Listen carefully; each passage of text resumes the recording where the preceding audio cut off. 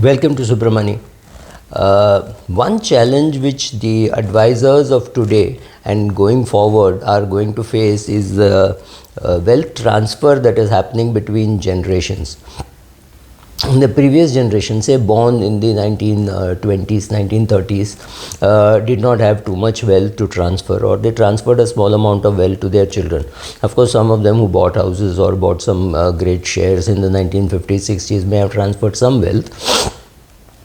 However, the people who are born in the 70s and 80s are going to transfer a huge amount of wealth to their children. Huge amount, not only from their point of view, but also from the children's point of view, which means the huge wealth transfer is underway, and it will continue to have an impact on familial wealth, the way they work, the need to work, the need to buy a house, the need to buy other miscellaneous assets will change dramatically over the next 2-3 decades, because people will not need to buy a house.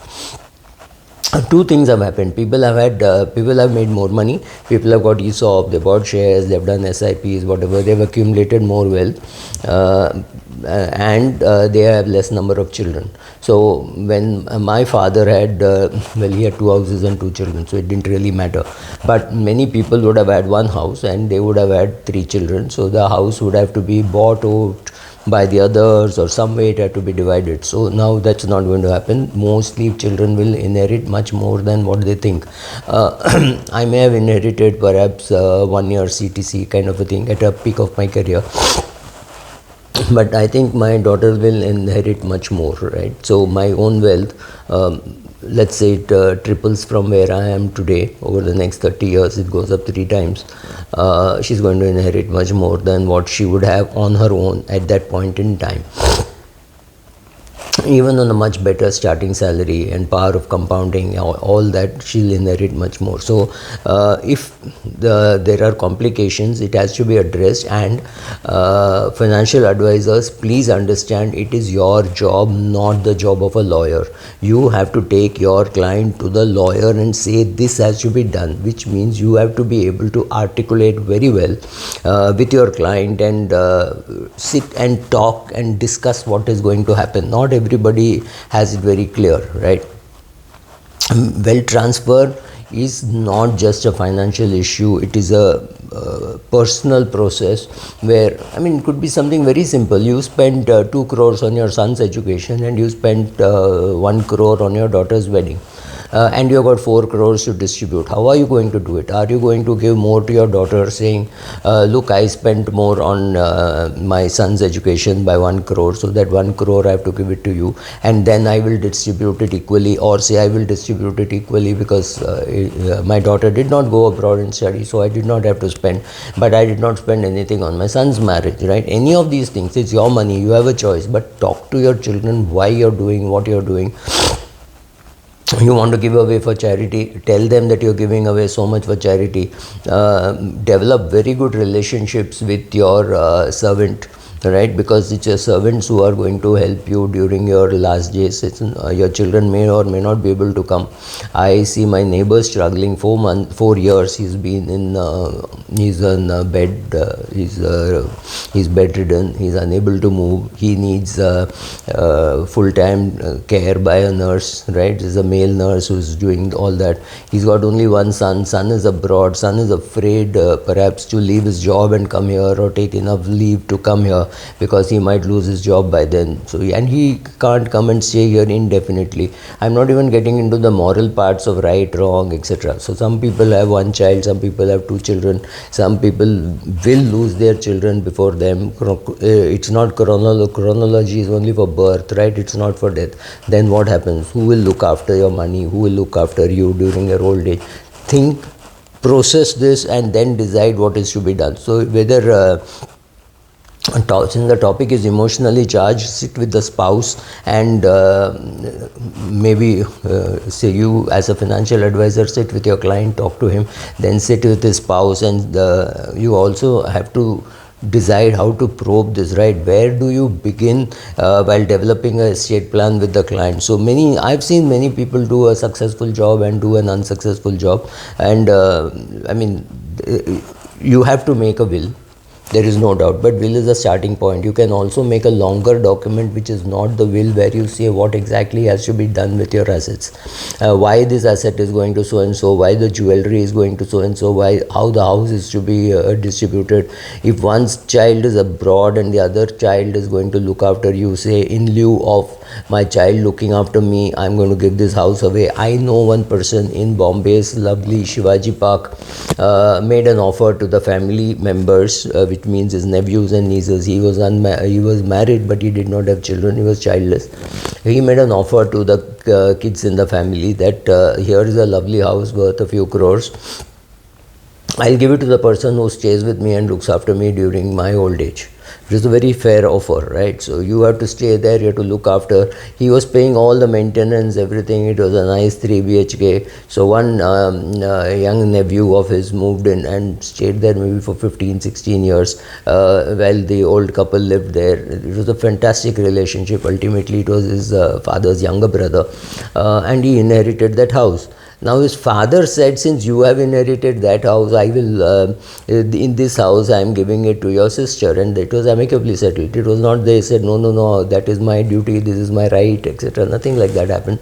So the daughter got that house. So this son who's been not actually not adopted, but who lived with the older couple, inherited that. So find out what exactly is to be done. It is not that you have to just say, oh, my mutual funds will go 50% to my daughter and 50% to my son, and in the meanwhile, I mean, as soon as I die, it will all go to my wife, and after that she has to give it in this way. That's the simplest of the wills, but there could be more complicated things. How if your one son is abroad and one son is in India, and you want to give away the money equally, it is possible that you give away all the movable assets to your son who is in US, and you give away all the immovable assets to your son who is in India. I also know of very good cases where sons have come and said, look, I make excellent amount of money in the US, just give away everything to my sister in India. So that has also happened. So sit and talk, and the great wealth transfer is going to happen. In the will that you make, clearly define the ownership and roles, who is to do what. Also, if it is a complicated big business, I mean, it's a big will, right? So a lot of assets, family business, 2-3 real estate pieces all over the country, some jewelry, land, and then mutual funds, insurance, etc. Now mutual funds, insurance and all will just go by nominee as long as there is no dispute, which means if the will says it will all go to my son, but the nomination is daughter, then it will go to the daughter unless the son goes and stops and gets the court order, etc. Don't make a mess of it. Secondly, financial advisors are very good to say which assets, talk about it, because they know the whole balance sheet. Assuming that you have the whole client's whole wallet, then you know it completely. Then sit and talk and say what is to be done with this, what is to be done with this, all that input can never ever come from the lawyer, because there is no concept of a family lawyer in India. Family financial advisor, yes. So as a financial advisor, do all that, clearly define who is going to execute, and also understand that the executor you appoint should not only have the understanding of how it is to be done, should also have the willingness. And secondly, when you are making the will, that executor may be 40 years of age or 45 years of age, and by the time you die, if that person is 80 or 85, he may not be interested in doing it. So be careful about who should be the executor, and the executor should, I think, ideally be a lawyer or a chartered accountant, because it is a complicated process. It's not so simple, especially if it's got family buyout provision for a business. This is my business, I'm giving it to this son-in-law of mine, and in lieu of that he will give so much money to my wife, he'll give so much money to my son, etc., etc., right? You could be selling your business, and all that has to be documented.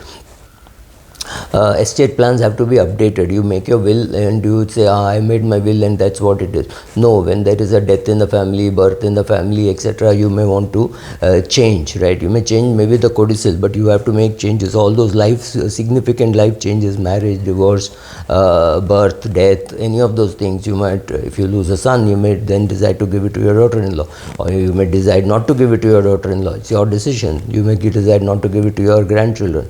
You may decide to pay for the grandchildren's college fees, but if some child is not so educated or unable to get educated and wants to do some special course, will you pay for it? Think about all this while making the changes, right? Also remember that I'm convinced that if I'm making a will today, which I've already made, I have only one daughter, so it doesn't make any great difference. I'm convinced that she will pay estate duty out of the estate. There will be estate duty. It will come back. It will make a comeback to India, right? Plan for liquidity needs for your spouse. Don't just start giving away things and say, oh, my wife does not have anything right now, so at least 10 lakhs or 15 lakhs should go directly to her bank account on your death. It could be a liquid fund redemption where she's a second holder, right? Something like that, which she knows how to redeem online.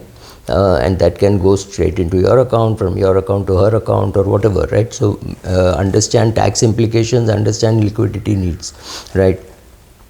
Estate planning conversations are inherently very touchy, very sticky. People may not want to talk about it, so be very careful about initiating it. Just say, oh, I just made my will last week. I made a will for so and so last week. So he says he's only 42 years of age. Yeah, but he was not very sure after his cousin went through a bypass operation with 5 blocks. So he made his will. He said, oh, if 42-year-olds are making a will, as a 62-year-old, I should make a will. It might strike some chord like that, right? Or circulate this video. Tell people that they have to make a will. When should you make a will? I'm not even getting into all that because I've made those videos in the past. But largely, the day you buy real estate, you should make a will. So the best thing is tell your clients to sit and reflect with their spouse as to what they want to do with the assets, to whom should it go, should it pay for grandchildren's education, for children's loan repayment, right? You tell your children that all of your loans, this year I'm going to give 10 lakhs to each one of you, and all those who have loans, I want you to repay the loans. Those who don't have loans, maybe can take a vacation to maybe Europe for 2 people or something like that, right? So decide how to use it, but this year I'm going to give away 10 lakhs. This is something you can do while you're alive, right? I'm not even talking of only in the estate that you have to do this. Also, I think as a financial advisor, you should take the lead. Don't think the client is going to come and say, I want to make a will. He will go and talk to a lawyer. Lawyer will do a damn bad job because they don't even know how these assets have to be handled, etc. So they will just make a very generic will. Wills don't get disputed, so there will not be any problem. But you have to sit down and decide how the whole division is going to take place. It is not just about managing assets, it's also preserving relationships over generations. If one son feels that my father loved me less and therefore gave me less, he will tell it to his children. His children will not maybe very friendly with other cousins. It makes a very messy kind of stuff. So estate planning is not just about money, it is about the emotions too. Also remember that you have to tell the client that you are available for doing such work, otherwise they'll just say, oh, I've already made a will. So that's not a great situation to be in. Thank you.